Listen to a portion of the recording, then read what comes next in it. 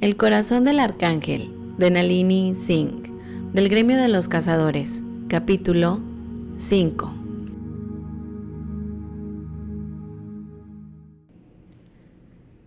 Rafael e Ilium aterrizaron en el césped de la casa del enclave, justo enfrente de Elena. Los dos habían vuelto para asegurarse de que no estaba sola en el cielo. En sus rostros vio la misma compresión que acababa de alcanzar. Ilium había abierto sus labios para hablar cuando la tierra empezó a temblar bajo sus pies. Ilium y Rafael se levantaron instintivamente. Elena no podía reaccionar tan rápido. Su habilidad para un despegue vertical no era una cosa de velocidad, pero en este caso eso no importaba. Rafael había cogido uno de sus brazos, Ilium el otro, levantándola del suelo con ellos mientras se retorcía y rodaba. Debajo de los acantilados del enclave, el río se agitaba. Las olas rompían contra esos acantilados con fuerza brutal. Cuando se volvió para mirar a Manhattan, por encima del hombro, vio que los edificios se balanceaban en la luz manchada del atardecer. Su tripa se retorció. Había tanta gente en esos edificios, tantos de sus amigos. Pero aun cuando su corazón se estaba remolinando en un nudo enmarañado, el Hudson se calmó, parado tan abruptamente como había comenzado. Soltando el aliento cerrado con fuerza en sus pulmones, dijo: «Tenemos que volver a inspeccionar el daño, Ilium». Ilium soltó su agarre sobre ella y luego Rafael. La tenía en sus brazos y estaba volando alto. No tenía necesidad de decirle qué hacer. Dobló sus alas para reducir la resistencia hasta que estaban lo suficientemente altas para poder soltarla. Extendió sus alas al caer. Se dirigió hacia Manhattan a una altura más baja que su arcángel, Ilium, ya un punto azul muy lejano. «No aterrices, Elena», le dijo Rafael. «Dimitri, lleva a la gente a revisar los daños en la tierra. Tenemos que hacer una inspección aérea». «Lo tengo». Se fue a la izquierda cuando él salió a la derecha. Sus compañeros ángeles hacían barridos en otras áreas de la ciudad. «No hay edificios derrumbados en este lado. Un par de ventanas rotas». «Tengo lo mismo». Volaron durante 1 hora, encontrando que su ciudad había resistido el temblor con solamente unos daños menores. Unos cuantos aleros y ventanas destrozadas, pero ningún edificio se había derrumbado. Ningún tren descarrilado. El peor daño parecía ser un gran barco en el puerto que se había estrellado contra el costado de su amarre. Rafael había tenido que recibir informes similares de daños menores de otras partes del territorio. Pero, por suerte, no se trataba del daño a la propiedad. Elena había logrado enviar un texto de una palabra a Sara mientras que estaba en el aire. «¿Ok?» Recibió un mensaje de que su mejor amiga y su familia, así como de los cazadores de la zona, estaban a salvo. Beth llamó cuando Elena estaba a punto de llamarla. Estaba hiperventilando. «Shh, Betty», dijo Elena, tanto amor y dolor dentro de ella. Sabía que era lo que Beth necesitaba oír.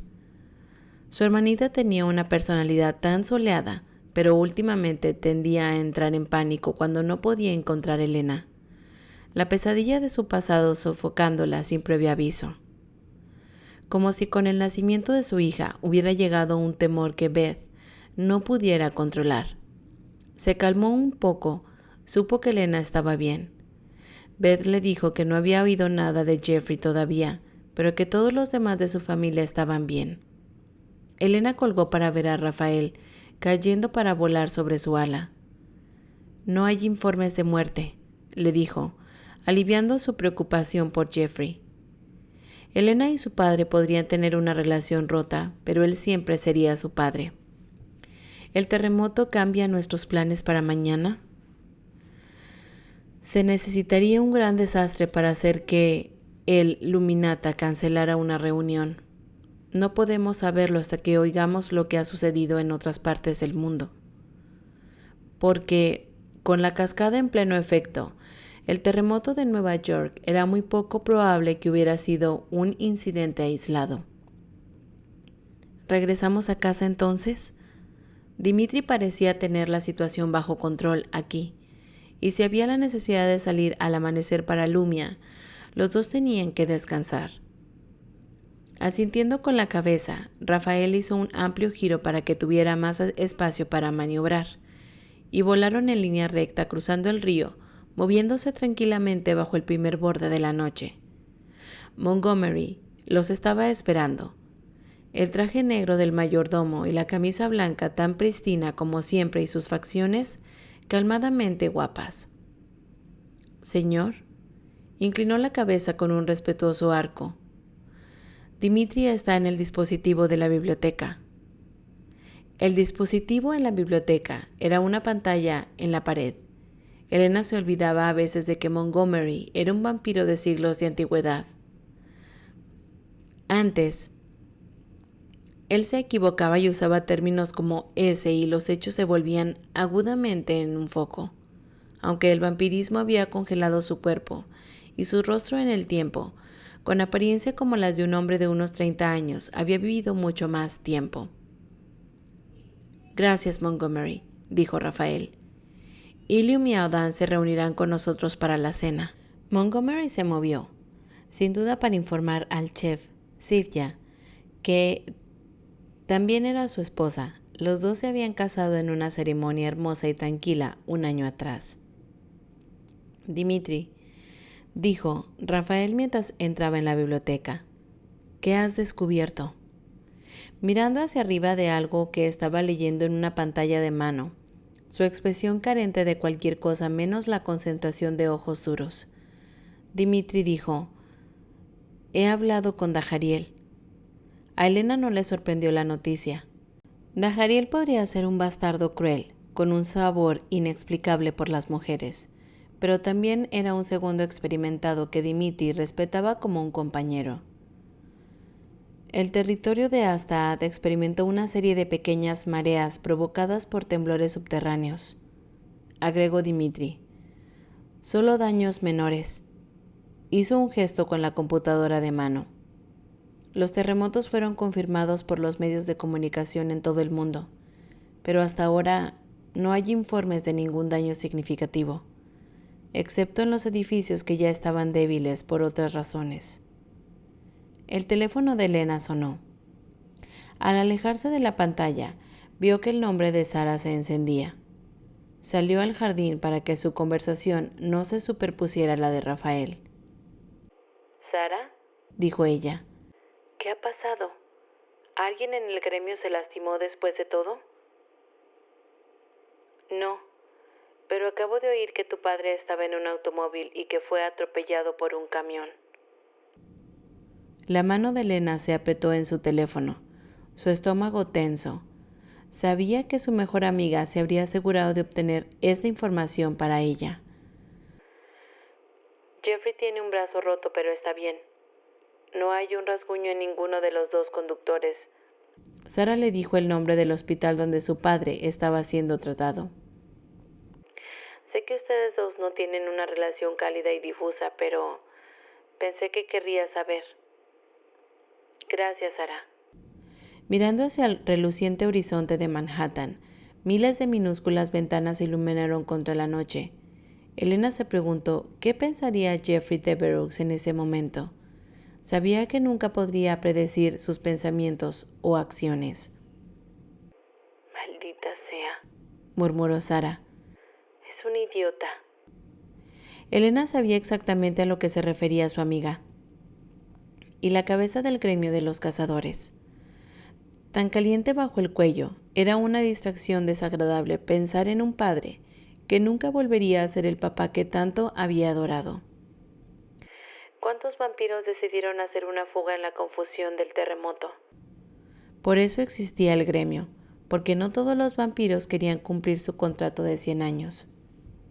Elena había oído todas las historias sollozantes, pero el hecho era un hecho. Para convertirse en un vampiro había que aceptar trabajar 100 años bajo los ángeles, y no era como si los ángeles hicieran cualquier esfuerzo para ocultar que tal servicio podría implicar dolor, tortura y tratamiento tan severo que podría romperte.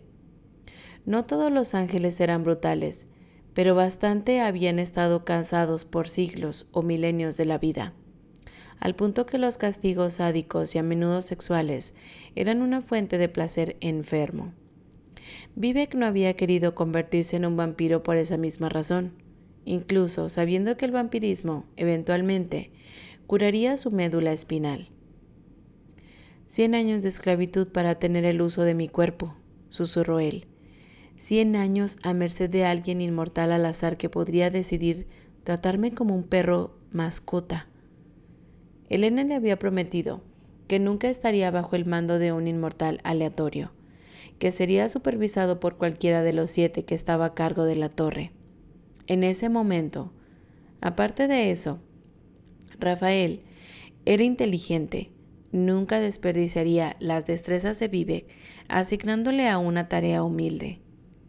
En cuanto al contrato de Vivek, mientras que se le podía permitir una mayor flexibilidad debido a su amistad con Elena y sus circunstancias únicas, su compañero cazador era flexible acerca de completar sus 100 años de servicio. «Quiero pagar», le había dicho él, con la mandíbula apretada.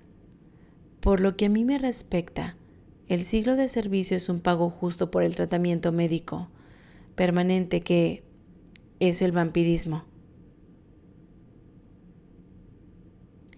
Eso era más cierto del caso de Vivek que en otros, pero todos los vampiros ganaban el potencial por milenios de vida al convertirse en casi inmortales. Como un cazador había sido conocido para señalar a más de un vampiro gimiendo que había violado su contrato, entonces no tenía sentido llorar después de que ya había aceptado el regalo con los ojos abiertos. No era como si pudiera devolverlo. «Trató de decirme que debería estar contenta», respondió Sara en un tono paciente, «porque mientras haya idiotas habrá un gremio, pero, honestamente, la recién cosecha de conejos no parece tener un solo cerebro completo entre ellos». Ella soltó un suspiro. «Mejor me voy. Tengo informes que leer». Elena apenas había colgado cuando su teléfono sonó de nuevo. Esta vez era Marcia Blue, la directora de operaciones de Blood for Less. Había comenzado con un pequeño café de sangre y ahora era una cadena próspera de 3 a través de la ciudad, y Elena era el director ejecutivo oficial. Eso la hacía opinar cada vez más. A Ransom y a DeMarco le parecía tan gracioso que habían impreso tarjetas de visitas negras brillantes para ella con Elena Devereux, CEO, ángel, cazadora del gremio en el frente y una silueta de un ángel femenino con un traje que llevaba una ballesta en la espalda. Asnos inteligentes. «Hola, Marcia», dijo ella. «¿Nuestras empresas siguen en pie?» La vampira, una vez tímida, respondió con una voz cálida pero eficiente, y hablaron sobre una serie de asuntos, incluyendo planes de expansión. «Estoy saliendo de la ciudad», dijo Elena después de escuchar lo que Marcia tenía que decir. «Pero habla con Jonás, explora las finanzas». Jonás era un vampiro y el gerente financiero de Elena. «Haré una última llamada una vez que me des todos los números». «Oh, claro», dijo entusiasmada Marcia. «Jonás es genial para trabajar». Elena abrió mucho los ojos. Tengo que irme ahora, Marcia», dijo, mientras Rafael salía a reunirse con ella. «Pero hablaremos cuando vuelva». «Bien, seguro. Buenas noches». Elena apartó el teléfono. «Arcángel, creo que mi socio de negocios y mi gerente financiero podrían tener un gusto entre ellos». «¿Gusto?» Volviéndose, ella tocó con su dedo su pecho y sintió que la chispa se encendía, calentando su vientre. «Gusto». Rafael cerró su mano sobre la suya. «Eso es excelente. Tal vez Marcia pueda robar a Jonás totalmente lejos del ángel a quien es leal, para que luego pueda robarle a Marcia. Oye, no hay espionaje industrial mientras estoy preparando mi conglomerado. Elena le dio su mejor ceño fruncido antes de regresar al asunto en cuestión. ¿Qué más te ha dicho Dimitri? Cuando el desgarrador azul en los ojos de Rafael se volvió de un metálico escalofriante, supo que las noticias no iban a ser buenas. Hasta aquí el capítulo 5 de El corazón del arcángel. Gracias por escucharme.